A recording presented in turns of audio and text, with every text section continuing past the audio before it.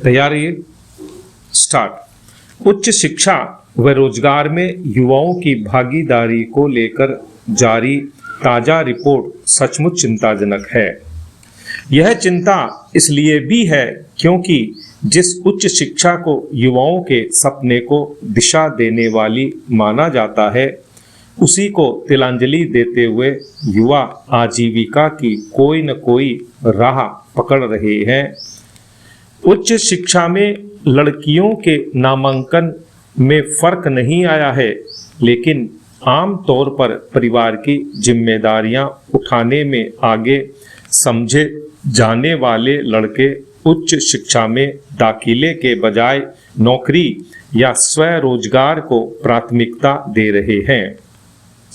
लड़कों की यह बढ़ती संख्या इस बात का संकेत है कि उन्होंने किसी न किसी मजबूरी में अपने सपनों का पीछा करना छोड़ दिया है। अजीम प्रेमजी फाउंडेशन की इस रिपोर्ट में बताया गया है कि वर्ष 2017 से 2024 के बीच के महज 7 वर्षों में उच्च शिक्षा में लड़कों का दाखिला 38 से गिरकर 34% रह गया है। बड़ी चिंता ये भी कि वर्ष 2017 में परिवार की मदद के लिए पढ़ाई छोड़ने वाले लड़के 58% थे, जो बढ़कर 2024 में 72% पर पहुंच गए हैं। ये आंकड़े इसलिए भी चिंताजनक हैं क्योंकि जिस दौर में हर कोई सिर्फ पढ़ाई पर फोकस रखकर भविष्य के निर्माण पथ पर प्रगतिरत रहने की बात करता नजर आता है, उसी दौर में आज लड़के कॉलेज छोड़कर छोटी मोटी नौकरी करने को प्राथमिकता देने में लगे हैं। परिवार की मदद करने व अपने पैरों पर खड़े होने का भाव आगे की पढ़ाई बीच में ही छोड़ने की वजह बनना स्वाभाविक है, लेकिन जाहिर है कि इसका असर उच्च शिक्षा में प्रवेश के आंकड़ों में कमी के रूप में परिलक्षित हो रहा है। उच्च शिक्षा में दाखिले और परिवार की मदद करने के लिए पढ़ाई छोड़ने से जुड़े ये आंकड़े विकसित भारत का सपना पूरा करने में अवरोध ही कहे जाएंगे। यह प्रवृत्ति इसलिए नहीं बढ़ी कि लोगों को अच्छा खासा रोजगार उच्च शिक्षा पूरी किए बिना ही मिल रहा है। जो भी ऐसा कर रहे हैं उन्हें छोटी मोटी नौकरियां ही मिल रही हैं। जो खुद का रोजगार कर भी रहे हैं तो इनमें उन्हें सिर्फ जीवन यापन जितना ही पैसा मिल रहा है। शिक्षा अधूरी छोड़ने की प्रवृत्ति बढ़ रही है तो इसके लिए देश में रोजगार के अवसरों से जुड़ा परिदृश्य भी कहीं न कहीं जिम्मेदार है। हमारे यहाँ नौकरियों की संख्या आशार्थियों की तुलना में काफ़ी कम तो है ही, पद व वेतनमान का ग्राफ भी नीचे है। ऐसे में बड़ी संख्या में लड़के अपेक्षा के अनुरूप प्रगति नहीं कर पाते।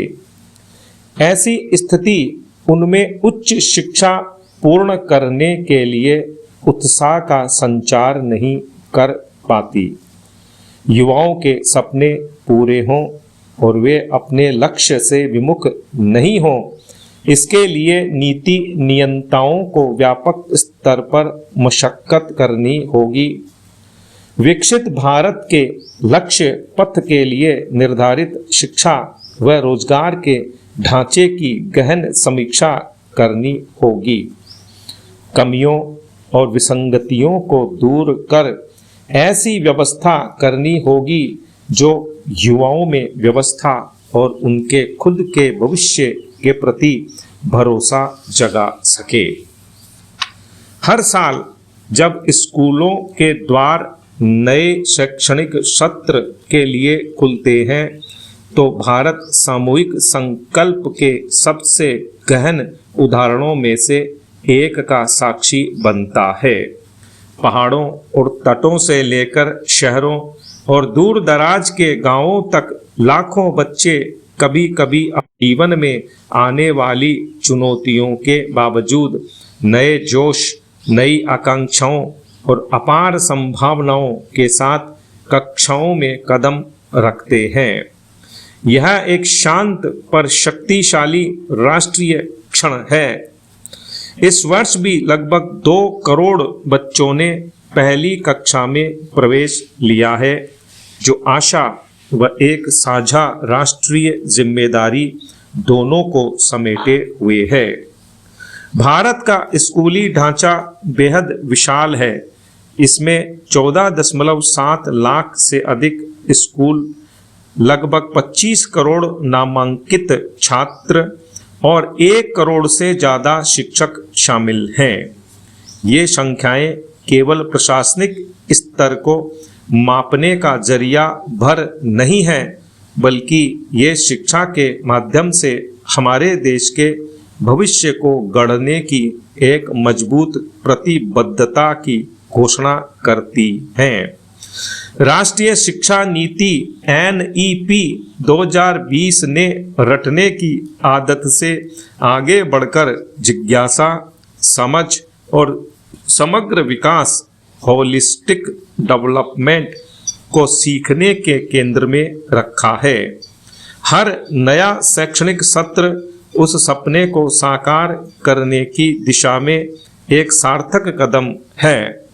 बाल वाटिका लागू होने से अब छोटे बच्चों की शुरुआती पढ़ाई स्कूल व्यवस्था का हिस्सा बन गई है।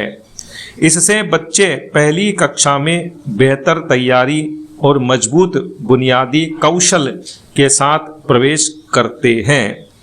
बच्चे का स्कूल में दाखिला उसके जीवन भर के सीखने और समाज से जुड़ने की शुरुआत होता है। इसलिए जरूरी है कि यह सफर खुशी, अच्छे माहौल और अपनापन महसूस कराने वाला हो। विराम।